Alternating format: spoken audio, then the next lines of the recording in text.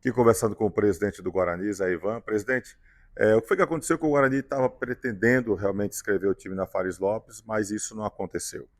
Realmente a gente foi quase um mês e pouco, quase 2 meses, a gente buscando situações para a gente participar, né? Tentei várias condições para a gente conseguir os recursos para garantir a participação, mas infelizmente as parcerias os convênios que a gente estava planejando a fazer não aconteceram e a gente acabou escrevendo o time, mas mesmo assim, em cima da hora, a gente melhor tomar logo a decisão do que a gente continuasse sem ainda um horizonte, sem uma segurança financeira e se desgastar ainda mais por mais 15 ou 20 dias, criando expectativa, né? Mas infelizmente fica aquela vontade de ter ido e não ter conseguido, né? Mas Deus é justo, Deus sabe das coisas, né?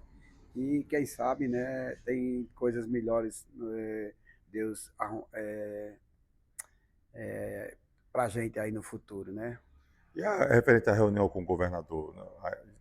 Andou alguma coisa assim para frente daquela última reunião dos clubes e nessa tentativa de se reunir com o governador Eumano? Realmente a gente até está levando até desacerto nisso. Desde que a gente se reuniu, aconteceu esse problema a nível nacional e mundial, né, que é esse tal do tarifaço, né? E o governador tem se ocupado muito e a gente não tem conseguido uma agenda para essa reunião com o governador, que seria de suma importância não só para o Guarani participar da Fares Lopes, como os outros times, né? Mas agora a gente vai voltar a pensar na nossa região, né? Vamos terminar de organizar essa liga que a gente está montando. Vamos montar os campeonatos que a gente está pensando em montar, né? Que é o sub-17, sub-20. E se for possível, até um sub-23, né?